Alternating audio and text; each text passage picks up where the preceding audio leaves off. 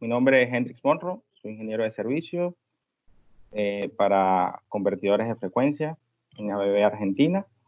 Esta tarde vamos a conversar un rato sobre, convertidores de frecuencia, aspectos técnicos, en conjunto con Luis Fajardo.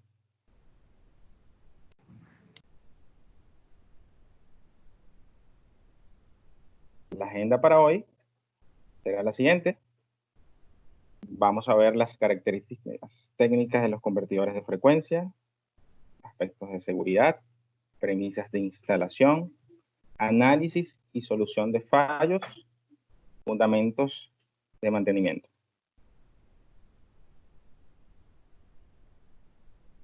Bueno, lo primero es saber qué es un convertidor de frecuencia. Básicamente es un equipo que convierte la corriente y la tensión de la red eléctrica, que en un sistema de potencia son fijas, la frecuencia y la amplitud son fijas, y las convierte en frecuencia y amplitud de tensión variables. Esto lo podemos ver representado como está en esta imagen. Una onda sinusoidal pasa por un convertidor de frecuencia y esa onda sinusoidal puede variar su frecuencia. Esto se hace para tener una curva característica de esta forma, es decir, poder disponer del par máximo en todo momento y eso a través de un flujo constante. Eso hasta el punto de velocidad nominal del motor, y a partir de allí, entra en una región que se llama debilitamiento de campo. Un convertidor de frecuencia consta de un rectificador, un circuito intermedio de tensión de corriente continua y la electrónica de control y el inversor. Podemos verlo acá. En este esquema simplificado podemos ver que está el rectificador a la entrada de la red de alimentación. Entonces tenemos un circuito intermedio representado acá por un capacitor y un inversor. Veamos qué ocurre en cada fase. La red de alimentación tiene, como dijimos, frecuencia y tensión constante. Esa es la característica de un sistema de potencia.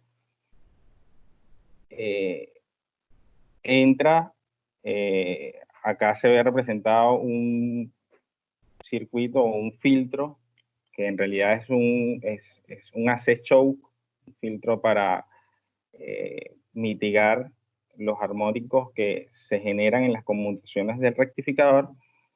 En algunas configuraciones puede ser que estos inductores, un inductor puede estar del lado del bus DC, y en ese caso sería un DC choke, y cuando está del lado AC de la red es un AC choke.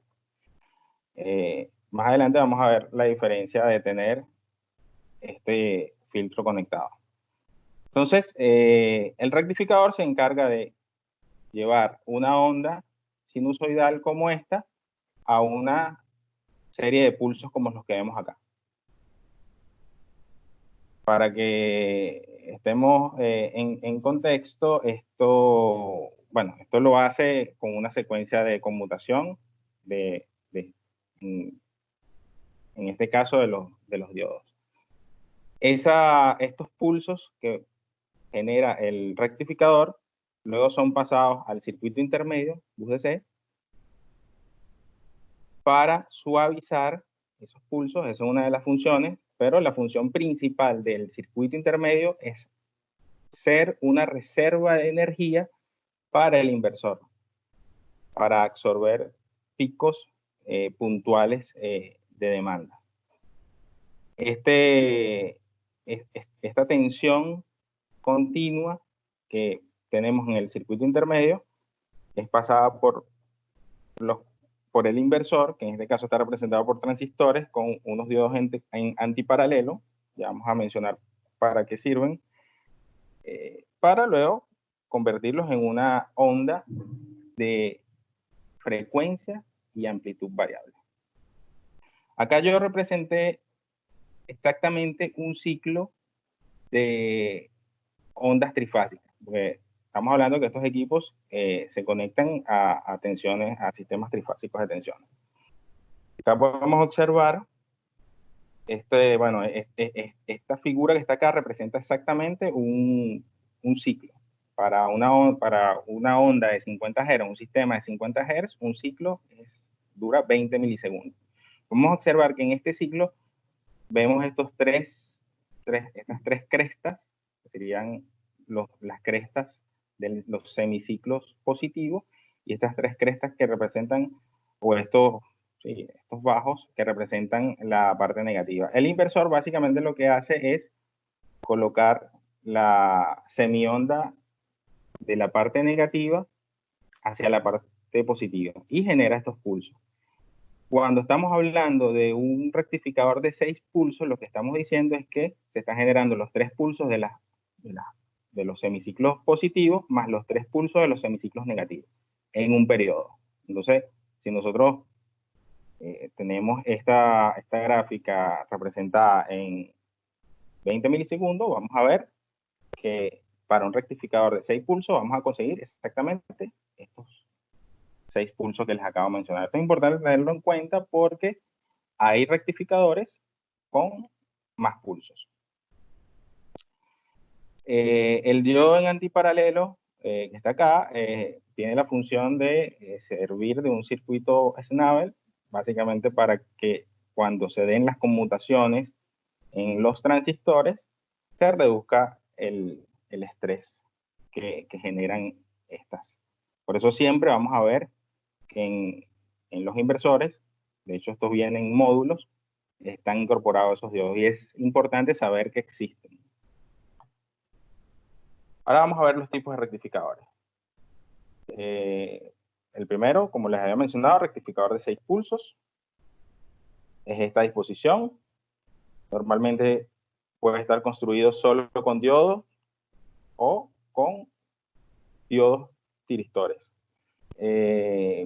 Es común que sea con diodos tiristores, sobre todo para ayudar en la iniciación del equipo, en la primera energización para hacer la precarga de los capacitores.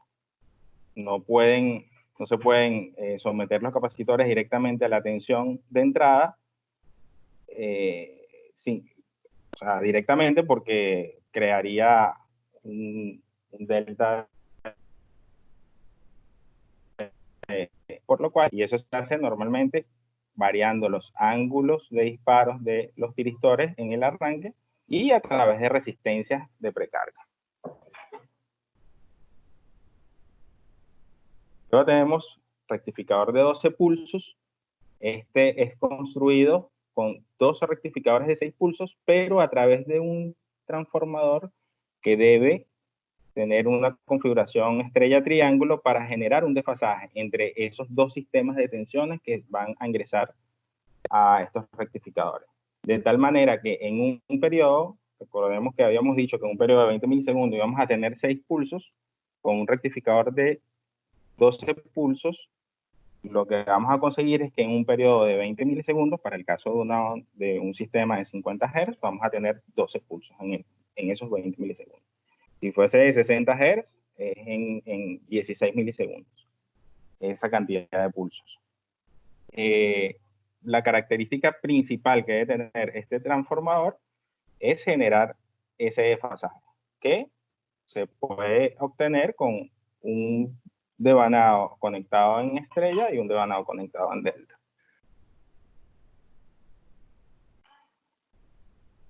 Luego tenemos los rectificadores por IGBT. Este tipo de rectificadores los ofrecemos en nuestros equipos también. Son muy versátiles, porque pueden reconstruir la onda de corriente casi perfecta.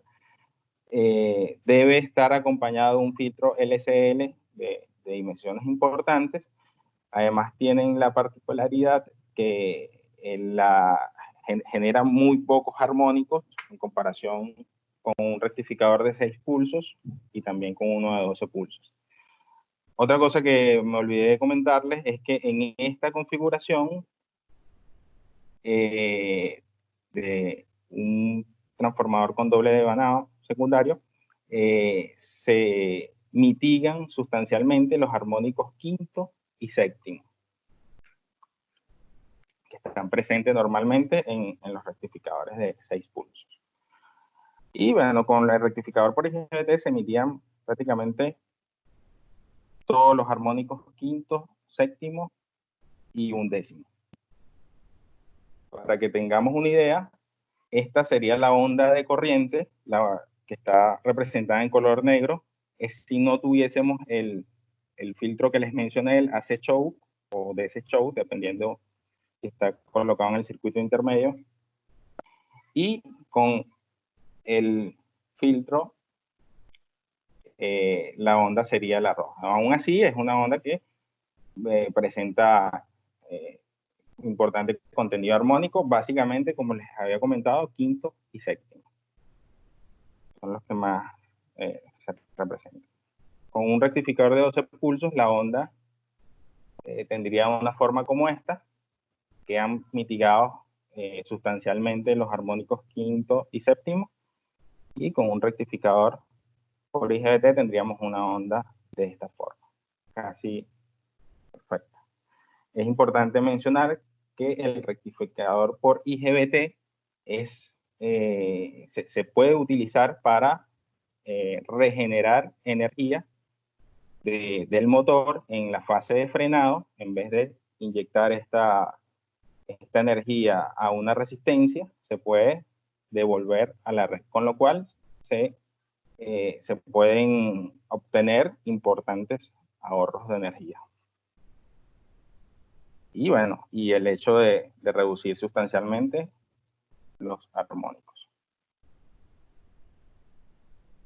Ahora veamos. El inversor, ya dijimos que está compuesto por transistores. Acá específicamente estamos hablando ya de los IGBT con sus diodos en antiparalelo, que dijimos que representan un circuito Snabel para disminuir o mitigar un poco el estrés de las conmutaciones en los transistores. Ahora, ¿cómo va esto al motor?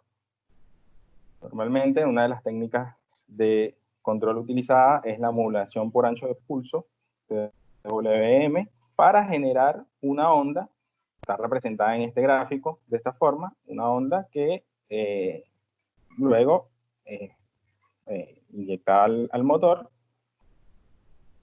y con este tipo de control, que se llama modulación de ancho de pulso, PWM, podemos hacer control escalar, que es básicamente un control de frecuencia. Se genera una referencia de frecuencia y una relación de tensión sobre frecuencia fija, y eso se hace a través de un modulador.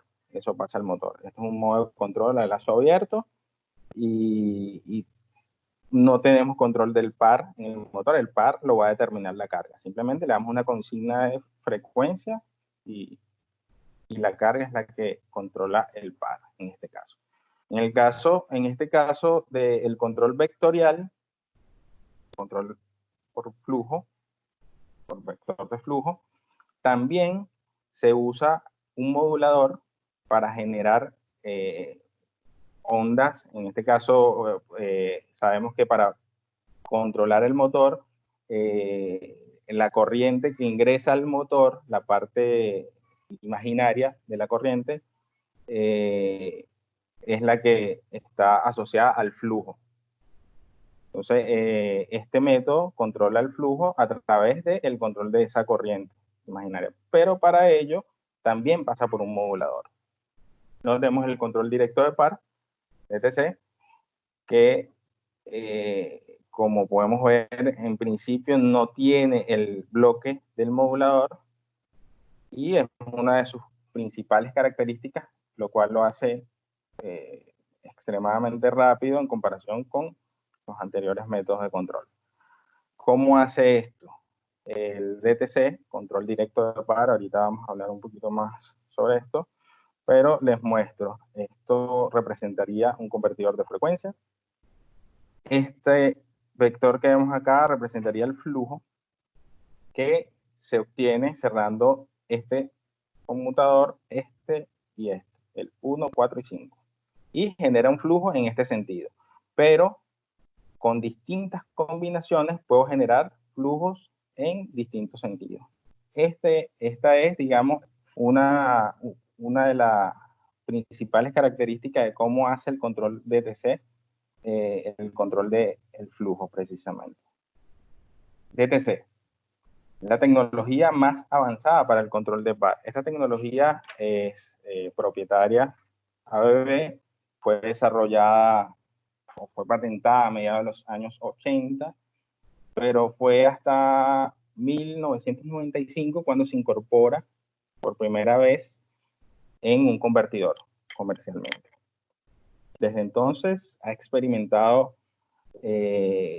mejoras que están asociadas sobre todo a la velocidad de los procesadores de señales y bueno, al hardware mejorado en el caso de los IGBT. Podemos ver acá cómo es la respuesta del control de par por medio de DTC en comparación con un modulador de ancho de pulso, mucho más rápida. Y, en este caso vemos cómo es la respuesta del par y cómo es la respuesta de la corriente. Este diagrama de bloques que vemos acá representa cómo se hace el control DTC.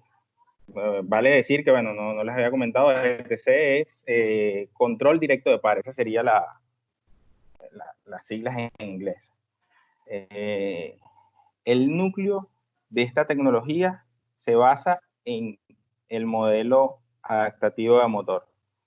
Este modelo se obtiene por primera vez cuando hacemos una identificación del motor, pero es un modelo que es adaptativo. De hecho, cuando está funcionando la tecnología de TC, calcula el modelo del motor en cada momento.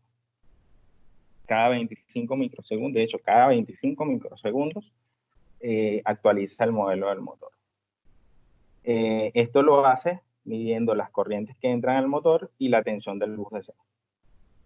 Con esa información y con la información que tiene del selector de pulsos, que ya vimos cómo funciona, puede generar un modelo. Y con ese modelo genera o puede predecir con bastante exactitud el flujo y el torque del motor y la velocidad.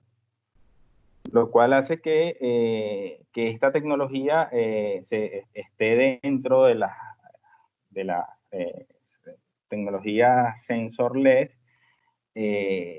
con lo cual no requiere sensor de realimentación. De hecho, en más del 95% de las aplicaciones industriales, esta tecnología puede funcionar sin una realimentación de velocidad del eje. Porque el mismo modelo adaptativa del motor la calcula. Entonces dijimos que este modelo genera las señales actuales de flujo y par. Esas señales de flujo y par pasan a un comparador que genera las nuevas consignas y esas consignas pasan al selector óptimo de pulso y se repite el ciclo. Como podemos observar acá, siempre la referencia, así estemos controlando por velocidad, la referencia que se genera es una referencia de par. Siempre va a ser una referencia de par. Con lo cual hace que el control se haga directamente sobre el par del motor, cosa que no hace digamos, el control vectorial por flujo. Esta tecnología, bueno, está apalancada sobre sólidos fundamentos teóricos y a lo largo de sus 25 años, desde su lanzamiento, por estos días los está cumpliendo, ha demostrado ser muy confiable, bastante precisa y está incorporada en nuestros convertidores de altas prestaciones.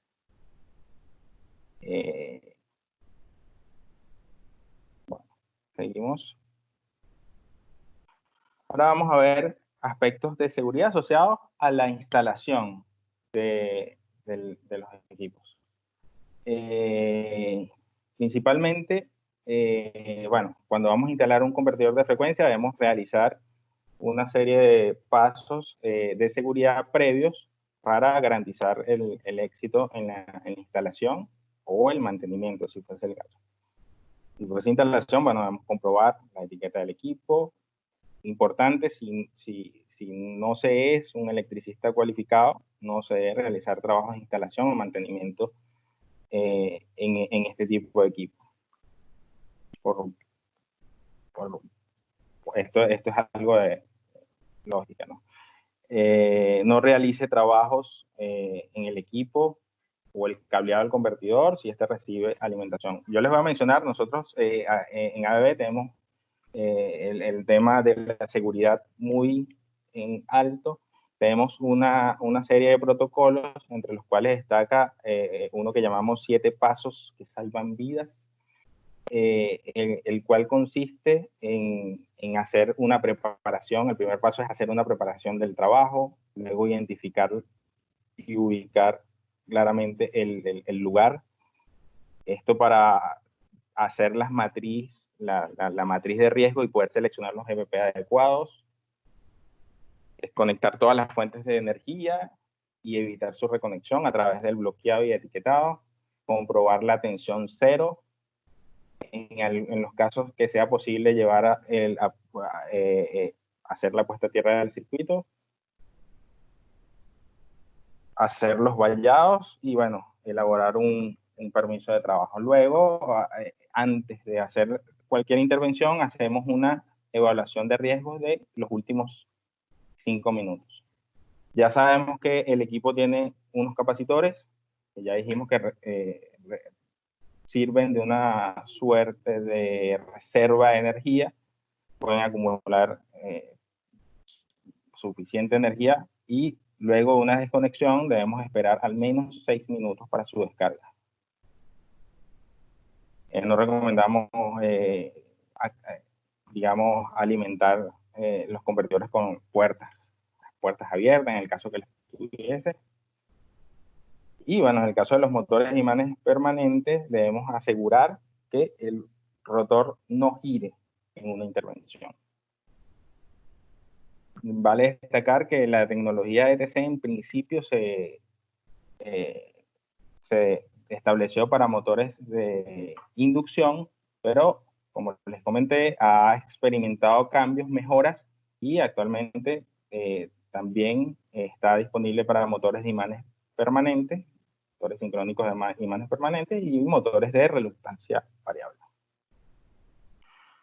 Vamos a ver entonces las premisas de instalación. Como ya hemos visto en webinars anteriores, debemos evaluar el sitio para determinar las condiciones y, si fuese el caso, hacer los derrateos que estuviesen al lugar.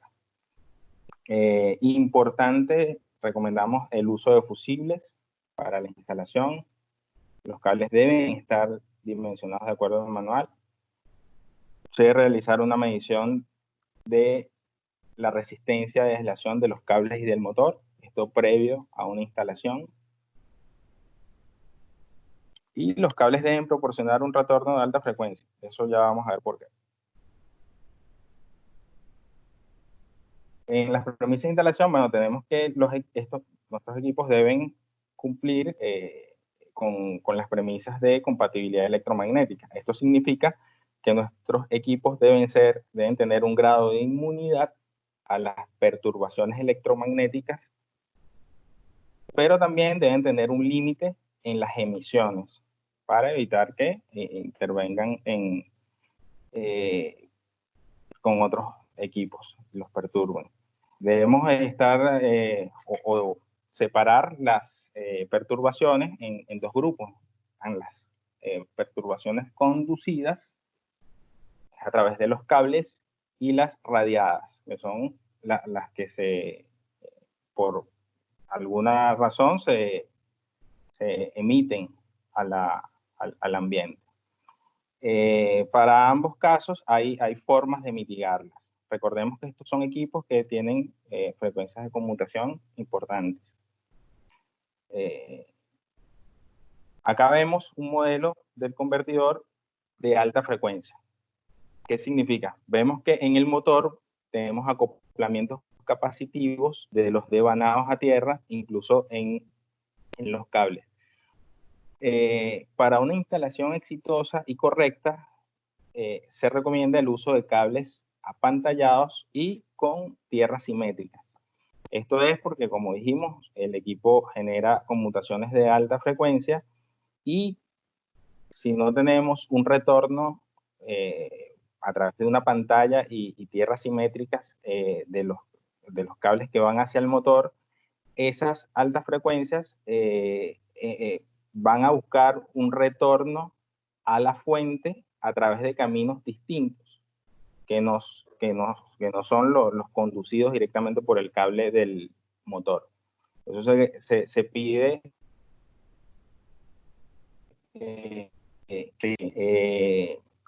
porque si no, esas perturbaciones o esas altas frecuencias pueden afectar equipos sensibles. Es muy importante que en el caso de los motores los rodamientos sean estelados para evitar que estas corrientes de alta frecuencia circulen a través de ellos. En los casos que no se pueda cumplir con estas condiciones, nosotros podemos ofrecer filtros para mitigar ese tipo de efectos.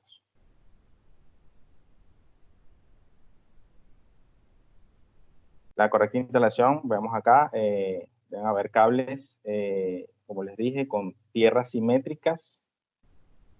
Los puntos negros son las tierras y apantallados para poder generar el efecto de una jaula de Faraday y evitar que hayan emisiones radiadas.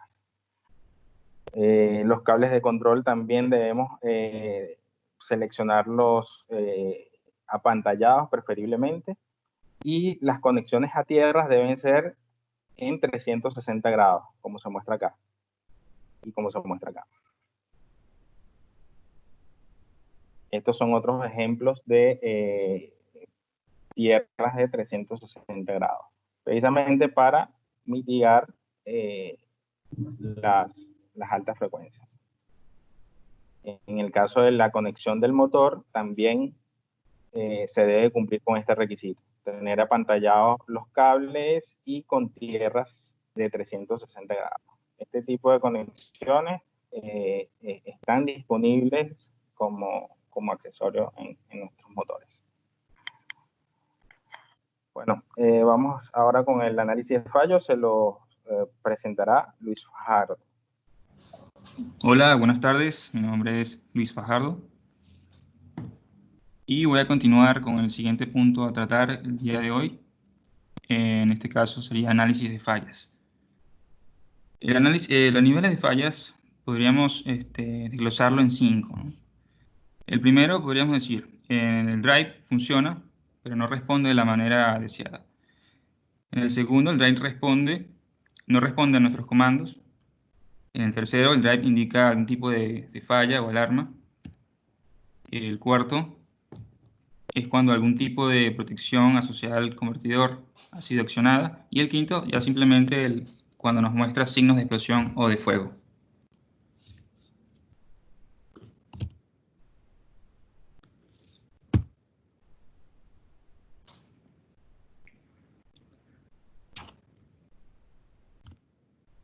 Para un correcto y eficiente análisis de fallas, existe cierta información de gran utilidad que podríamos tener, como por ejemplo el historial, el entorno, las mediciones realizadas y cómo está parametrizado el equipo.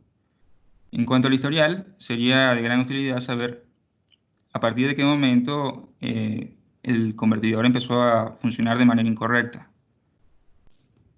precisamente por si algún tipo de mantenimiento o evento de corrección fue realizado antes de la falla. Contar con el historial de fallos del drive que podemos disponer a través del panel de control o herramientas como el Drive Windows o Drive Composer, según sea el caso, sería de mucha utilidad. Conocer el entorno, es decir, bajo qué condiciones de carga estuvo trabajando el convertidor, condiciones ambientales como temperatura, humedad del ambiente, de la sala eléctrica o del exterior, donde haya estado el convertidor. Uno de los datos que es muy importante y no siempre tenemos es el testimonio del operador de la máquina para saber qué pasó a nivel proceso. La chapa del motor es importante si hubo algún tipo de reemplazo del motor recientemente antes de la falla. En cuanto a las mediciones, sería de gran utilidad también conocer el monitoreo de señales como el data logger, en donde, como sabemos, podemos monitorear o graficar ciertas señales como voltajes, corrientes, temperaturas, etc. Por supuesto, el estado del motor en cuanto a aislación, su cableado y, bueno, cómo está parametrizado el convertidor, lazo de control de velocidad, cómo está comunicado, si es por bus de campo, cableado duro, rampas de aceleración y frenado. Para el primer nivel, en donde el drive no responde de la manera deseada, tomamos como ejemplo de aplicación un molino de bolas, en donde tenemos como síntomas que el drive responde a las órdenes de marcha, paro de emergencia, cambio de sentido de giro, etc. El drive alcanza la velocidad pedida sin problema, pero notamos un sistema mecánico ruidoso. Notamos que las rutinas de mantenimiento de los rodamientos del motor se hacen más frecuentes de lo normal. La corriente en los cambios de velocidad se muestra inestable o elevada y el fenómeno notamos que se va agravando con el tiempo. En este caso, pudiéramos estar en presencia de una respuesta subamortiguada del lazo de control de velocidad. Como vemos en la curva identificada con la letra D,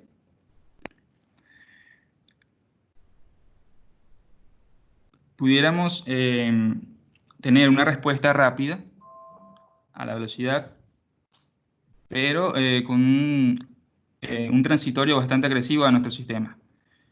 Esta configuración depende obviamente de cada aplicación. Tal vez lo más ideal sería tener una respuesta como la C, donde se llega de manera rápida a la referencia de velocidad, pero sin tanta oscilación en el transitorio. Una manera de verificar esto es usando las herramientas que tenemos para los convertidores muy poderosas, como el Drive Windows o Drive Composer, como dije, según sea el convertidor, en donde podemos graficar las variables importantes para cada caso. En este caso sería la referencia de velocidad, la velocidad real o estimada, que es la que tomamos de un encoder o un tacómetro, la corriente consumida por el motor y el voltaje del bus de continuo.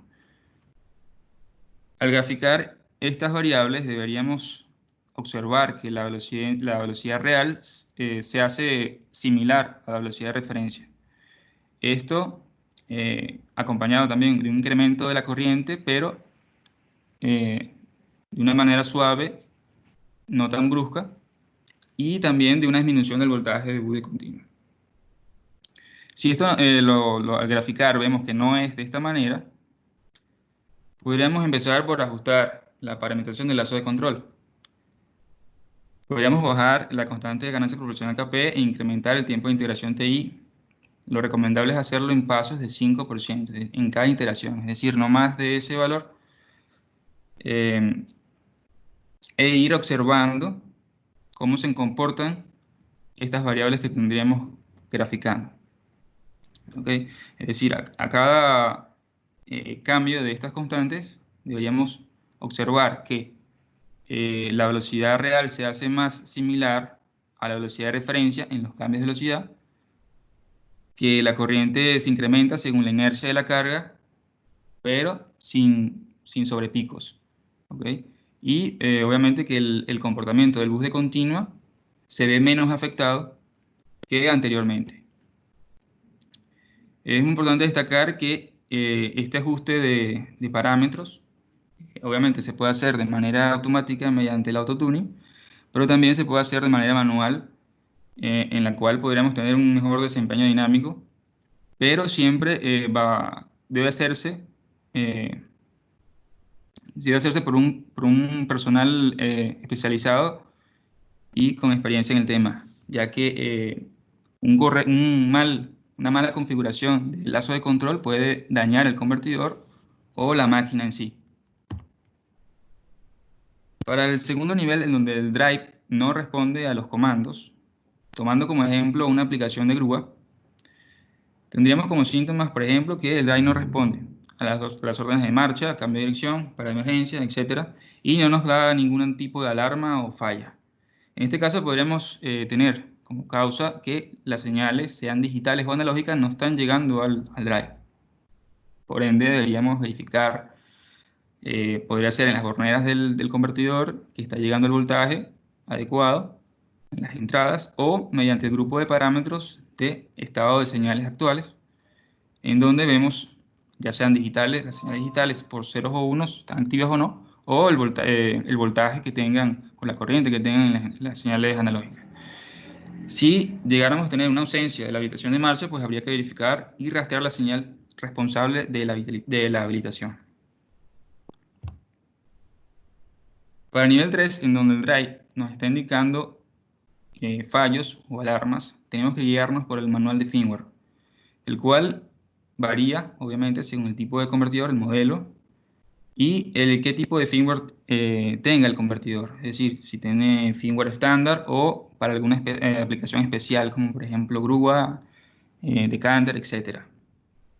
Primero sería aplicar guiarnos por el manual de firmware adecuado. Acá vemos un ejemplo de un manual de firmware estándar de la CS880, en donde vemos que si nos presentara un código de alarma hexadecimal en panel, identificado con el código A4A1, el manual de firmware nos indica la identificación primero, en este caso sobrecalentamiento de IGBT, nos indica posteriormente la causa y la acción o las posibles o las acciones a tomar para solventar esta anomalía. Existen herramientas bastante útiles también como el DriveTune o el DriveBase, en donde a través, ya sea mediante un código QR que genera el panel de control o mediante Bluetooth, en el caso del DriveTune, podemos recolectar datos del convertidor, parámetros, eventos e inclusive también data logger, que sería lo que llamamos backup package, que esa información podríamos del teléfono enviarla a soporte técnico, en el caso servicio de drives, para poder analizar dicha información y solventar el problema vía remota.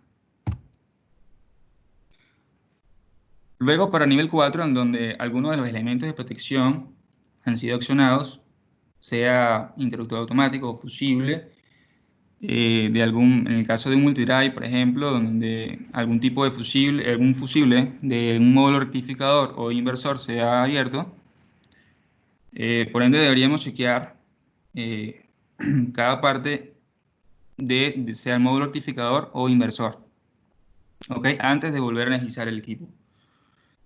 Como vemos en esta foto, se muestra un arco eléctrico ocurrido entre una lámina del bus de continua y el modo común de un módulo inversor.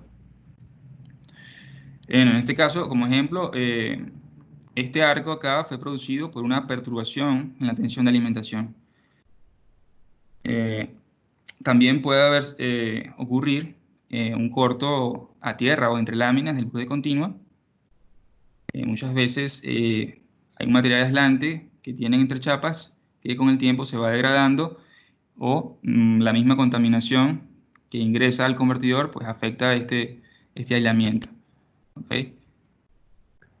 También pudiera ser algún IGBT en corto o ya veniendo por la carga pues el motor o cableado. En estos casos había que, por supuesto, desconectar la carga, el motor, negar cables, motor.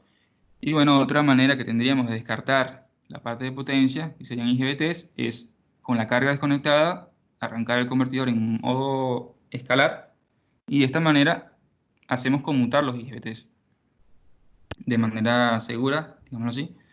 Y bueno, ya con eso podríamos descartar la etapa de potencia.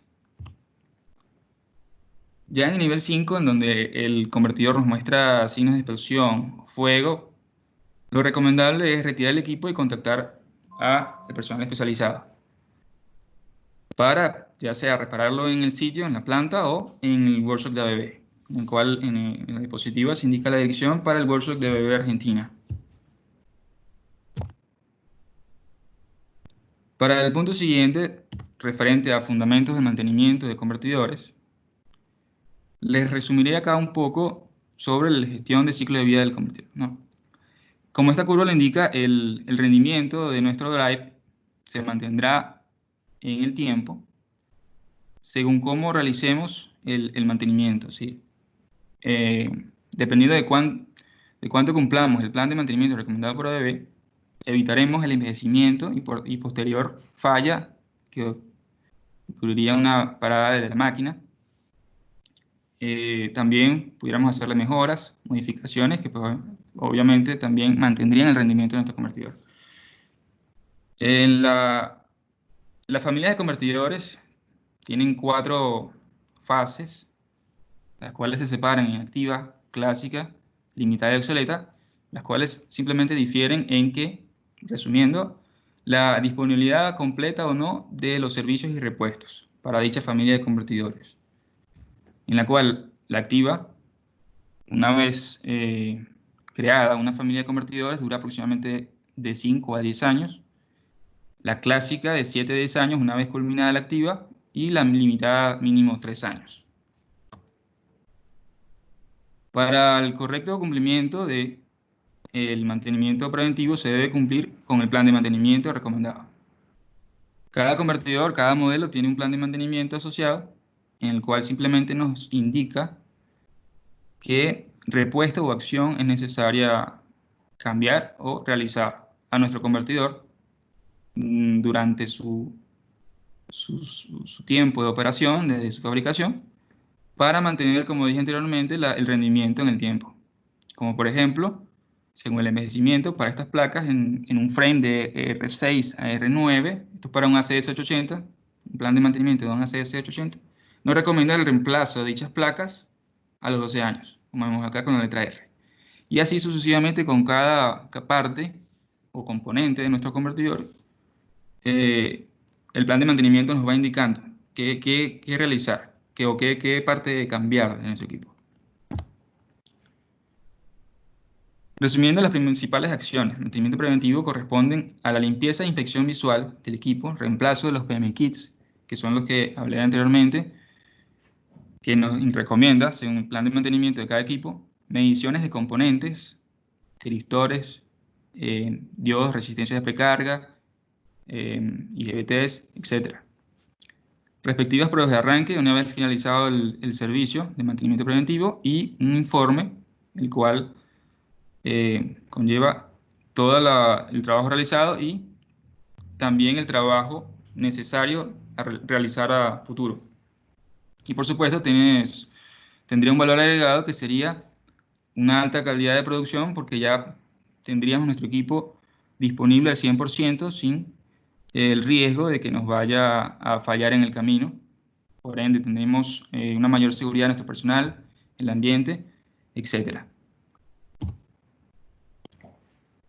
Acá simplemente vemos ejemplos de componentes de convertidores de frecuencia, los cuales han sufrido bastante por falta de mantenimiento preventivo.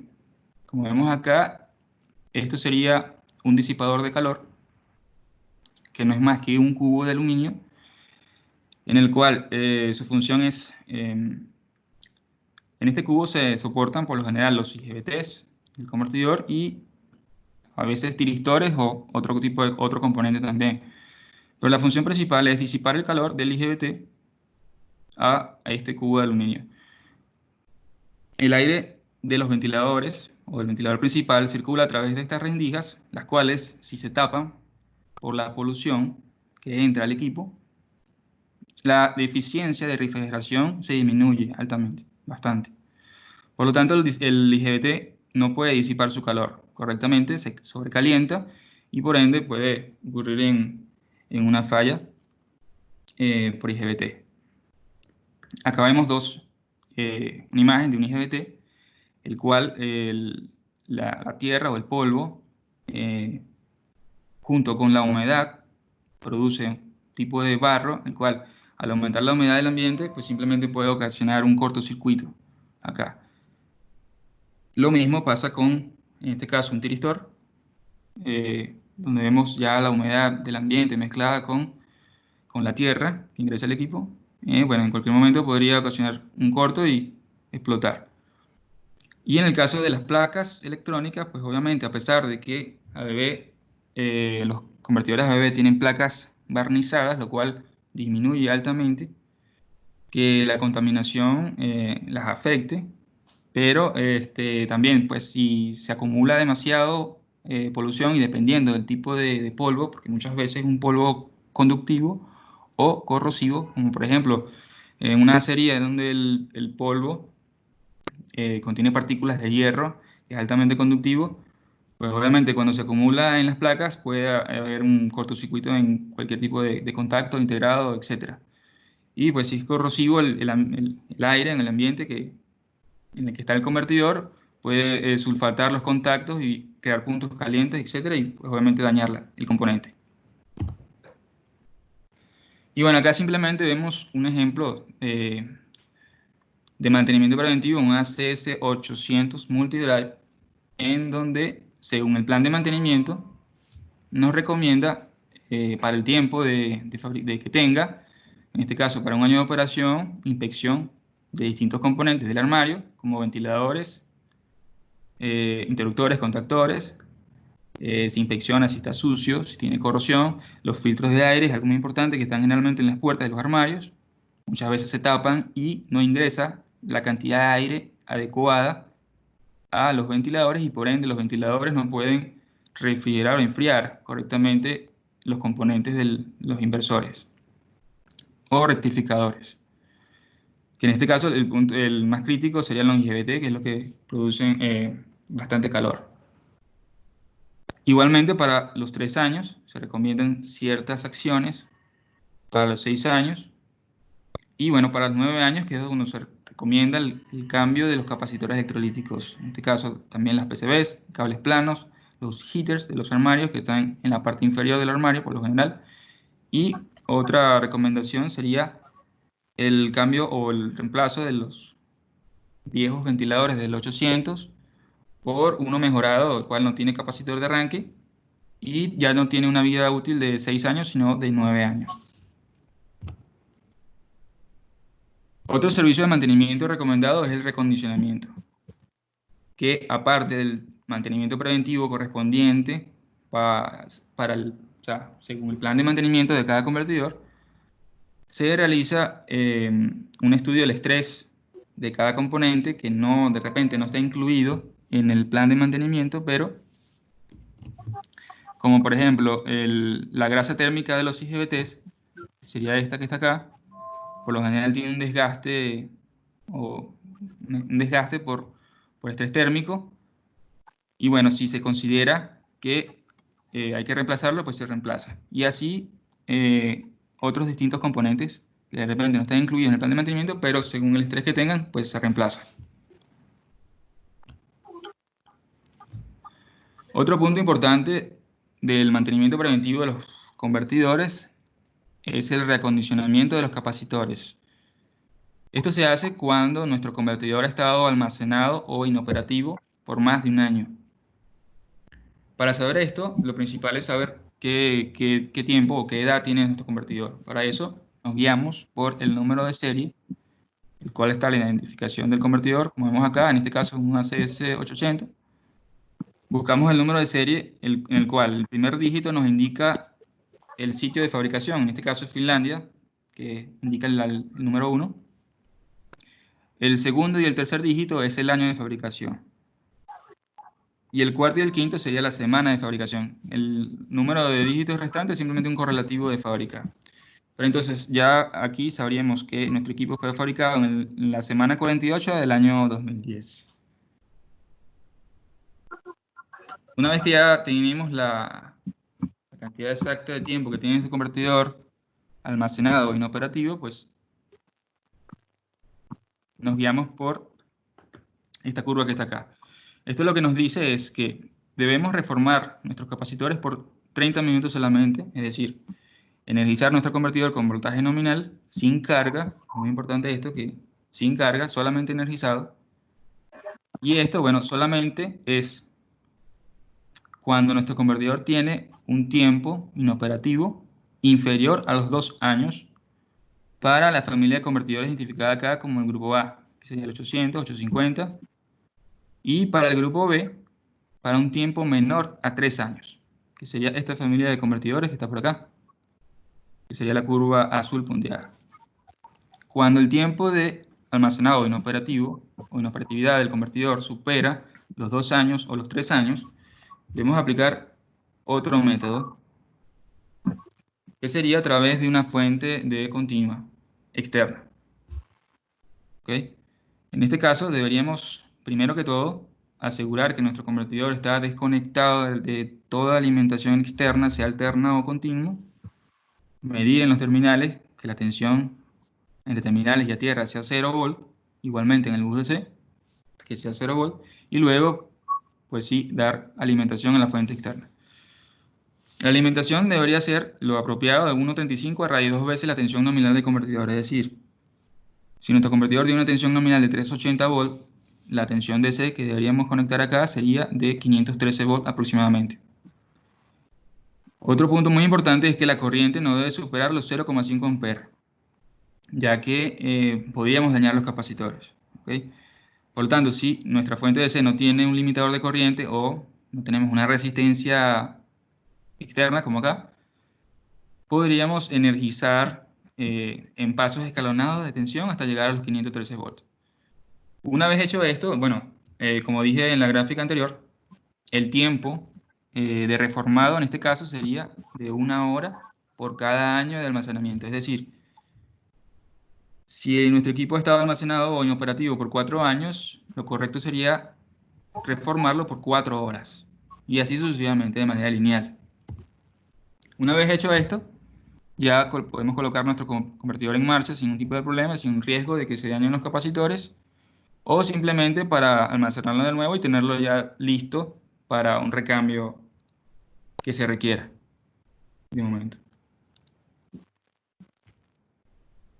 Bueno, esto ha sido nuestra presentación, todo por el tema de hoy. Espero que les haya agradado y haya sido de provecho.